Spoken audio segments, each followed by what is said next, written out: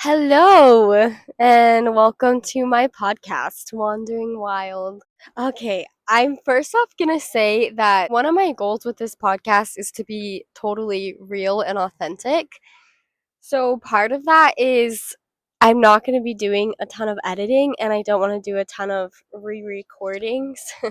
I'm not that good at talking into a microphone, I don't think, so just bear with me, and we're gonna figure this out together. Today, I'm kind of wanting to talk about the struggles of solo travel and struggles I've had since starting.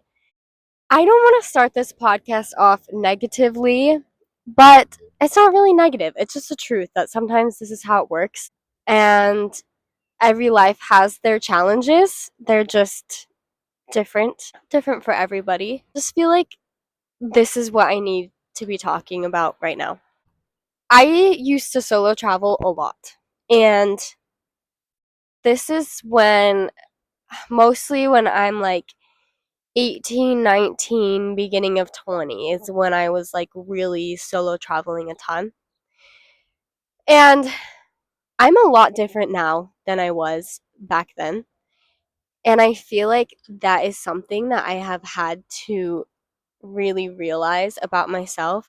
Because when I was 18, 19, I was just like, I think we all go through a phase like this where we're just so carefree. Maybe we're a little naive and we don't always make the smartest decisions, but we have the most fun out of anybody. And that's the phase of life that I was in when I first started solo traveling. And I was just wild and free and getting myself into some not so great situations sometimes, but always coming out the other end like, hell yeah, I can do anything. And I've been thinking about that a lot lately because this trip that I've been taking, I'm 22 now, has been a lot more difficult for me than any other trip I've taken. And it's not because anything bad has happened, it's just I think that I had gotten so comfortable relying on other people in the time that I wasn't traveling that now being on my own is like extremely out of my comfort zone. I think that also my standards of comfort are higher. I was remembering actually this morning my other trips. I was like, man, like I should really start bringing a sheet with me so that when I'm in a hostel and I don't want to touch the sheets, I have a sheet on me that I can wrap myself in.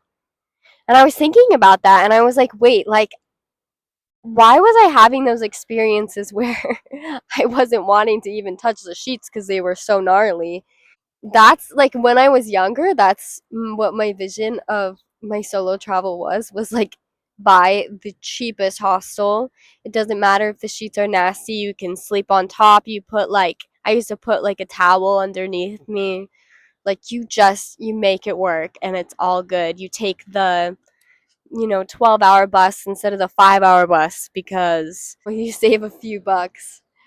And I can't like I'm still like budget traveling, but now I'm like, okay, this also has good reviews. It's a little bit more expensive, but I'm gonna go with this one and have the one that includes sheets and the ones with sheets that I can sleep on.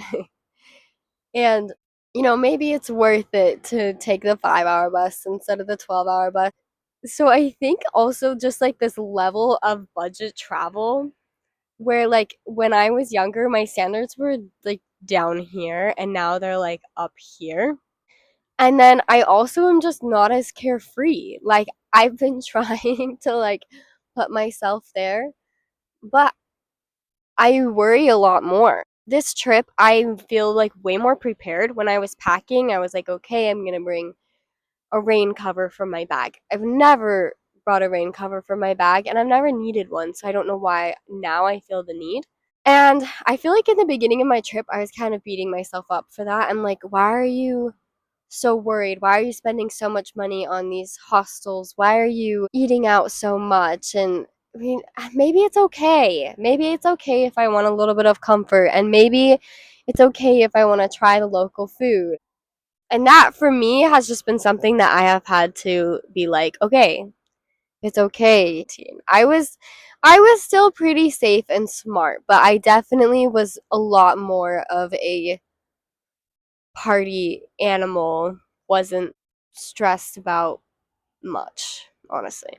Okay, I also want to talk about just the idea of, like, I feel like people always talk about when you're on a backpacking trip and you go home, it can be really hard because you're out here, you're like living your life, you're experiencing new things, and everything's amazing, beautiful. And then you go home and everything's the same, and you have to go back to work, and it's really hard. But I feel like something people aren't talking about as much is how hard it also is going the opposite direction.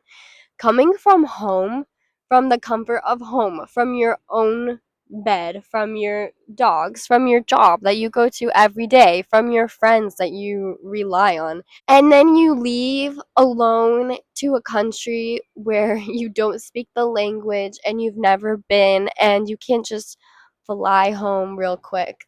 That's really freaking hard. It's really, really hard. Like, you are completely ripped out of your comfort zone. You're doing it to yourself, so I think it's okay, but it's like, at least for me, I was in like this bubble and I knew I had to get out. I felt so like antsy and I felt so comfortable that I was like, okay, like I need to get out of here. I'm not growing. I'm not like thriving right now. And so I need to go. And I did. And it was really hard because now I'm on my own. I don't have my mom. I'm in different time zones. I don't have my own bed. I'm sharing a room with a bunch of strangers. I don't speak the language. I'm not making any money, so my money's just going out.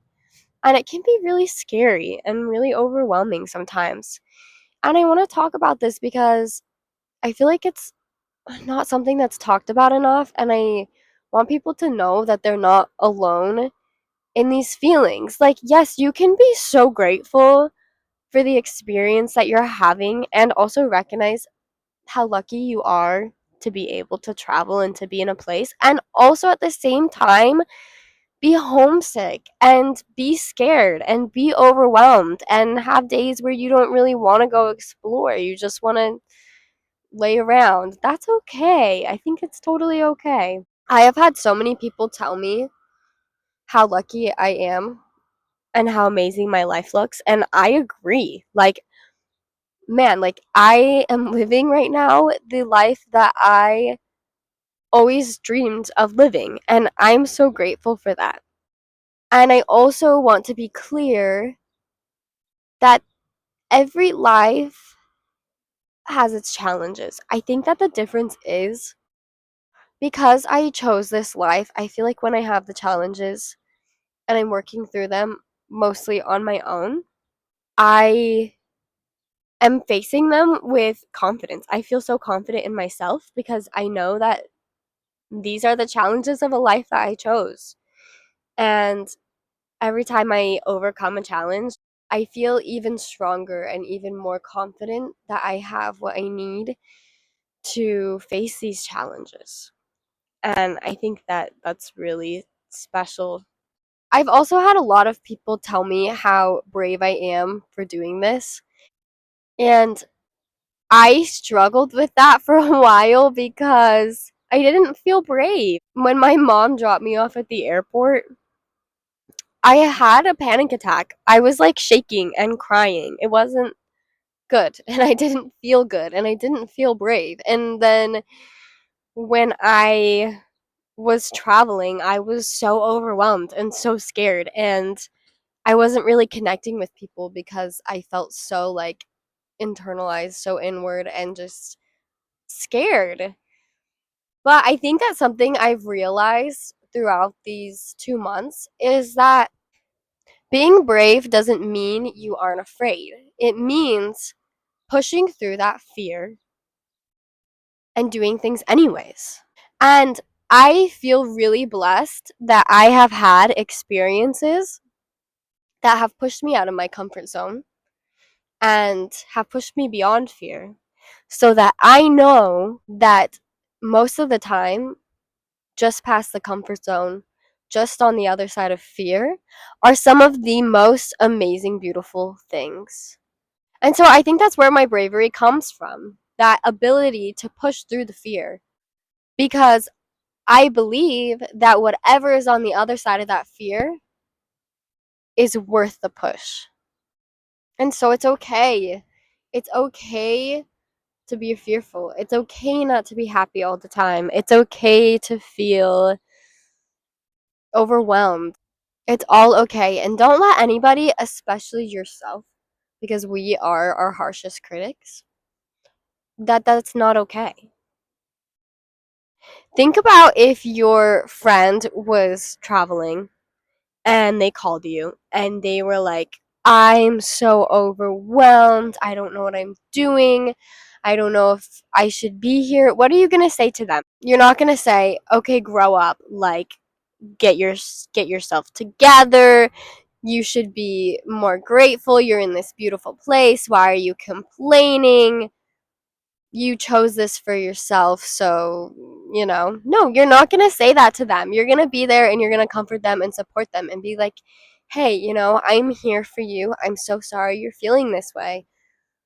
I believe in you. You can work through this." So why would we give that to a friend but not to ourselves? We should all be giving that to ourselves. And just in case you're not, I'm going to give that to you right now. You are totally valid in everything that you're feeling. We all experience things differently. The hard times are just as much, if not more, contributing to our self growth. And they're part of the journey, just like all the good times. And you can do it, and I believe in you. Anyways, thanks for listening to my random rambling of thoughts. It's so hot out here, so I'm going to go jump in the ocean. Thanks for listening, guys.